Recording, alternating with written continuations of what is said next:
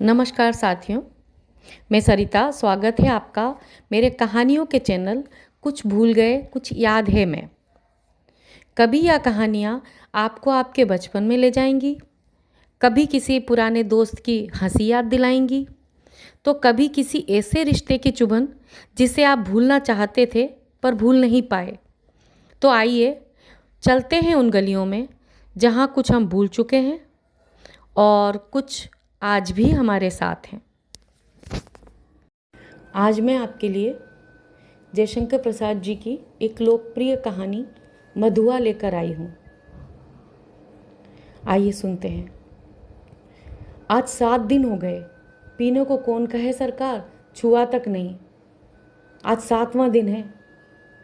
तुम झूठे हो, अभी तो तुम्हारे कपड़े से महक आ रही है। वह तो कई दिन हो गए, 7 दिन से भी ऊपर कई दिन हुए। अंधेरे में बोतल उड़ेलने लगा था, कपड़े पर गिर गई। गिरने से नशा भी ना आया। और आपको कहने का क्या ही कहूँ, सच मानिए 7 दिन, ठीक 7 दिन से एक बूंद भी नहीं पी। ठाकुर सरदार सिंह हंसने लगे। लखनऊ में लड़का पढ़ता था, ठाकुर साहब भी कभी कभी वहीं आ जाते। उनको कहानी सुनने का चस्का था। खोजने पर यही शराबी मिला। वह रात को, दोपहर में और कभी कभी सवेरे भी आ जाता। अपनी लच्छेदारी कहानी सुना सुना कर ठाकुर साहब का मनोविनोद करता। ठाकुर ने हंसते हुए कहा, तो आज पियोगे ना? झूठ कैसे कहूँ, आज तो सरकार जितना मिलेगा सब पीऊँगा। 7 दिन चने चबेने पर बिताए हैं, इसीलिए तो। अद्भुत, 7 दिन पेट काट कर आज अच्छा भोजन ना करके तुम्हें पीने की सूझी, यह भी खूब है। सरकार, मौज बहार की एक घड़ी लंबे दुखपूर्ण जीवन से अच्छी है। उसकी खुमारी में रूखे सूखे दिन काट लिए जा सकते हैं। अच्छा, आज दिन भर तुमने क्या क्या किया है? मैंने? अच्छा सुनिए। सवेरे कोहरा पड़ता था, मेरे धुआं से कंबल सा वह भी सूर्य के चारों ओर लिपटा था। हम दोनों मुंह छिपाए पड़े थे। ठाकुर साहब ने हंसकर कहा, अच्छा, तो इस मुंह छिपाने का कोई कारण? 7 दिन से एक बूंद भी गले ना उतरी थी, भला मैं कैसे मुंह दिखा सकता था? और जब 12 बजे धूप निकली तो फिर लाचारी थी। उठा, हाथ मुंह धोने में जो दुख हुआ सरकार, वह क्या कहने की बात है। पास में थोड़े पैसे बचे थे, लेकिन चना चबाने से दांत भाग रहे थे, कटकटी लग रही थी। पराठे वाले के यहाँ पहुँचा, धीरे धीरे खाता रहा और अपने को सेकता भी रहा। फिर गोमती किनारे चला गया। घूमते घूमते अंधेरा हो गया और बूंदें पड़ने लगी। तब कहीं भाग के आपके पास आ गया। अच्छा, जो उस दिन तुमने गडरिये वाली कहानी सुनाई थी, जिसने आसिफुद्दौला ने उसकी लड़की का आंचल भुने हुए भुट्टे के दाने के बदले मोतियों से भर दिया था, वह क्या सच है? सच? अरे, वह गरीब लड़की भूख से उसे चबाकर थू थू करने लगी, रोने लगी। ऐसी निर्दयी दिल लगी बड़े लोग कर ही बैठते हैं। सुना है श्री रामचंद्र जी ने भी हनुमान जी से ऐसी ही। ठाकुर साहब ठठाकर हंसने लगे। पेट पकड़कर हंसते हंसते लौट गए। सांस बटोरते हुए संभल कर बोले, और बड़प्पन कहते किसे हैं? कंगाल तो कंगाल, गधी लड़की। भला उसने कभी मोती देखे भी थे? चबाने लगी होगी। मैं सच कहता हूँ, आज तक तुमने जितनी कहानियाँ सुनाई, सब में बड़ी टीस थी। शहजादों के दुखड़े, रंग महल की अभागिनी बेगमों के निष्फल प्रेम, करुण कथा और पीड़ा से भरी हुई कहानियाँ ही तुम्हें आती हैं। पर ऐसी हंसाने वाली कहानी और सुनाओ तो मैं अपने सामने ही बढ़िया शराब पिला सकता हूँ। सरकार, बूढ़ों से सुने हुए वे नवाबी के सोने से दिन, रंगरेलियाँ, दुखियों की दर्द भरी आहें, रंग महलों में घुल घुल कर मरने वाली बेगमें अपने आप सिर में चक्कर काटती रहती हैं। मैं उनकी पीड़ा से रोने लगता हूँ। अमीर कंगाल हो जाते हैं, बड़े बड़ों के घमंड चूर होकर धूल में मिल जाते हैं। तब भी दुनिया बड़ी पागल है। मैं उसके पागलपन को भुलाने के लिए ही शराब पीने लगता हूँ, नहीं तो यह बुरी बला कौन अपने गले लगाता सरकार। ठाकुर साहब ऊँघने लगे थे। अंगीठी में कोयला दहक रहा था। शराबी सर्दी से ठिठुरा जा रहा था। वह हाथ सेकने लगा। सहसा नींद से चौंक कर ठाकुर साहब ने कहा, अच्छा जाओ, मुझे नींद लग रही है अब। वह देखो 1 रुपया पड़ा है, उठा लो, लल्लू को भेजते जाओ। शराबी रुपया उठाकर धीरे से खिसका। लल्लू था ठाकुर साहब का जमादार। उसे खोजते हुए जब वह पाठक पर की बगल वाली कोठरी के पास पहुंचा तो सुकुमार कंठ से सिसकने का शब्द सुनाई पड़ा। वह खड़ा होकर सुनने लगा। तो सुअर, रोता क्यों है? कुंवर साहब ने 2 ही लातें लगाई हैं, कुछ गोली तो नहीं मार दी? कर्कश स्वर से लल्लू बोल रहा था, किंतु उत्तर में सिसकियों के साथ एकाध हिचकी ही सुनाई पड़ जाती थी। अब और भी कठोरता से लल्लू ने कहा, मधुआ जा सो रह, नखरा ना कर, नहीं तो उठूंगा तो खाल उधेड़ दूंगा, समझा ना। शराबी चुपचाप सुन रहा था। बालक की सिसकी और बढ़ने लगी। फिर उसे सुनाई पड़ा, ले अब भागता है कि नहीं? क्यों मार खाने पर तुला है? भयभीत बालक बाहर चला आ रहा था। शराबी ने उसके छोटे से सुंदर गोरे मुख को देखा। आंसू की बूंदें ढुलक रही थीं। बड़े दुलार से उसका मुंह पोंछते हुए उसे लेकर वह फाटक के बाहर चला आया। 10 बज रहे थे।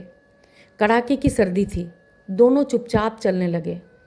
शराबी की मौन सहानुभूति को उस छोटे से सरल हृदय ने स्वीकार कर लिया। वह चुप हो गया। अभी वह एक तंग गली पर रुका ही था कि बालक के फिर से सिसकने की उसे आहट लगी। वह झिड़क कर बोल उठा, अब क्या रोता है रे छोकरे? मैंने दिन भर से कुछ खाया नहीं। कुछ खाया नहीं? इतने बड़े अमीर क्या रहता है और दिन भर तुझे खाने को नहीं मिला?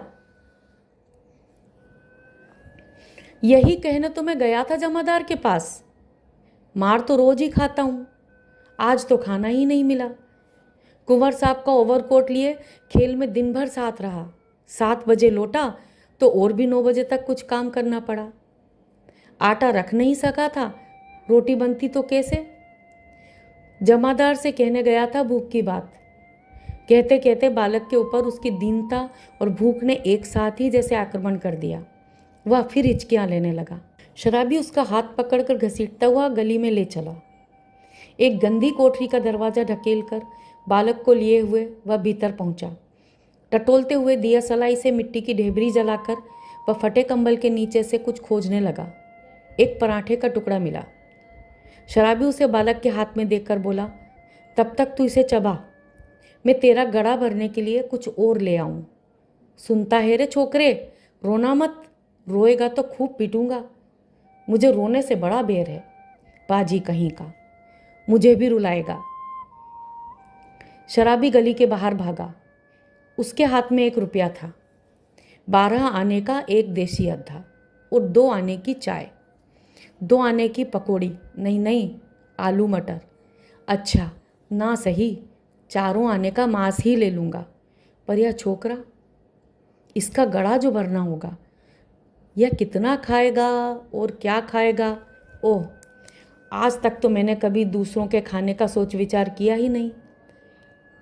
तो क्या ले चलूं? पहले का अद्धा तो ले लूं। इतना सोचते सोचते उसकी आंखों पर बिजली के प्रकाश की झलक पड़ी। उसने अपने को मिठाई की दुकान पर खड़ा पाया।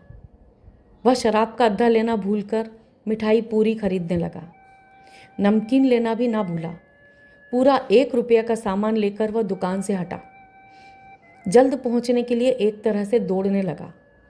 अपनी कोठरी में पहुंचकर उसने दोनों की पांत बालक के सामने सजा दी।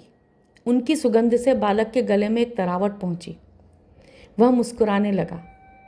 शराबी ने मिट्टी की गगरी से पानी उड़ेलते हुए कहा, नटखट कहीं का, हंसता है? सीधी बांस नाक में पहुंची ना, ले खूब ठूस ठूस कर खा ले। और फिर रोया कि पिटा? दोनों ने बहुत दिन पर मिलने वाले 2 मित्रों की तरह साथ बैठकर भरपेट खाया। सीली जगह में सोते हुए बालक ने शराबी का पुराना बड़ा कोट ओढ़ लिया था। जब उसे नींद आ गई तो शराबी भी कंबल तानकर बड़बड़ाने लगा। सोचा था आज 7 दिन बाद भरपेट पीकर सोऊंगा, लेकिन यह छोटा सा रोना पाजी ना जाने कहाँ से आ धमका। एक चिंतापूर्ण आलोक में आज पहले पहल शराबी ने आंख खोलकर कोठरी में बिखरी हुई दारिद्र्य की विभूति को देखा और देखा उस घुटनों से ठुड्डी लगाए हुए निरीह बालक को। उसने तिलमिलाकर मन ही मन प्रश्न किया, किसने ऐसे सुकुमार फूल को कष्ट देने के लिए निर्दयता की सृष्टि की? आहरी नियति, तब इसको लेकर मुझे घरबारी बनना पड़ेगा क्या? दुर्भाग्य जिसे मैंने कभी सोचा भी न था। मेरी इतनी माया ममता जिस पर आज तक केवल बोतल का ही पूरा अधिकार था, इसका पक्ष क्यों लेने लगी? इस छोटे से पाजी ने मेरे जीवन के लिए कौन सा इंद्रजाल रचने का बेड़ा उठाया है? तब क्या करूं? कोई काम करूं? कैसे दोनों का पेट भरेगा? नहीं, भगा दूंगा इसे। आंख तो खोले। बालक अंगड़ाई ले रहा था। वह उठ बैठा। शराबी ने कहा, ले उठ, कुछ खा ले, अभी रात का बचा हुआ है और अपनी राह देख। तेरा नाम क्या है रे? बालक ने सहज हंसी हंसकर कहा, मधुआ। भला हाथ मुंह भी ना धोऊं, खाने लगूं और जाऊंगा कहाँ? कहाँ बताऊं इसे कि चला जाए? कह दूं कि भाड़ में जा? किंतु वह आज तक दुख की भट्टी में जलता ही तो रहा है। तो वह चुपचाप घर से झल्लाकर सोचता हुआ निकला। ले पाजी, अब यहाँ लौटूंगा ही नहीं, तू ही इस कोठरी में रह। शराबी घर से निकला। गोमती किनारे पहुंचने पर उसे स्मरण हुआ कि वह कितनी ही बातें सोचता आ रहा था, पर कुछ भी सोच न सका। वह हाथ मुंह धोने लगा। उजली धूप निकल आई थी। वह चुपचाप गोमती की धारा को देख रहा था। धूप की गर्मी से सुखी होकर वह चिंता भुलाने का प्रयत्न कर रहा था कि किसी ने पुकारा, भले आदमी, रहे कहाँ? सालों पर दिखाई पड़े। तुमको खोजते खोजते मैं थक गया। शराबी ने चौंक कर देखा। वह कोई जान पहचान का तो मालूम होता था, पर कौन है यह ठीक ठाक जान न सका। उसने फिर कहा, तुम ही से कह रहे हैं, सुनते हो? उठा ले जाओ अपनी सांद धरने की कल, नहीं तो सड़क पर फेंक दूंगा। एक ही तो कोठरी है जिसका मैं 2 रुपये किराया देता हूँ, उसमें क्या मुझे अपना कुछ सामान रखने के लिए नहीं है? ओहो राम जी, तुम हो भाई, मैं भूल गया था। तो चलो आज ही उसे उठा लाता हूँ। कहते हुए शराबी ने सोचा, अच्छी रही, उसी को बेचकर कुछ दिनों तक काम चलेगा। गोमती नहाकर रामजी और उसका साथी पास ही अपने घर पहुंचा। शराबी को कल देते हुए उसने कहा, ले जाओ, किसी तरह इसे मेरे पिंड तो छूटे। बहुत दिनों पर आज उसको कल ढोना पड़ा। किसी तरह अपनी कोठरी में पहुंचकर उसने देखा कि बालक बैठा है। बड़बड़ाते हुए उसने पूछा, क्यों रे, तूने कुछ खा लिया कि नहीं? भरपेट खा चुका हूँ, और वह देखो तुम्हारे लिए भी रख दिया है, कहकर उसने अपनी स्वाभाविक मधुर हंसी से उस रूखी कोठरी को तर कर दिया। शराबी एक क्षण चुप रहा, फिर चुपचाप जलपान करने लगा। मन ही मन सोच रहा था, यह भाग्य का संकेत नहीं तो और क्या है? चलूं, फिर लेकर शाम देने का काम चलता रहूं। दोनों का पेट भरेगा। वही पुराना चरखा फिर सिर पड़ा। नहीं तो 2 बातें किस्सा कहानी इधर उधर की कहकर अपना काम चला ही लेता था, पर अब तो बिना कुछ किए धरे काम नहीं चलने का। जल पीकर बोला, क्यों रे मधुआ, अब तू कहाँ जाएगा? कहीं नहीं। यह लो। तो फिर क्या यहाँ जमा गड़ी है कि मैं खोद खोद कर तुझे मिठाई खिलाता रहूँगा? तब कोई काम करना चाहिए। करेगा? जो कहो।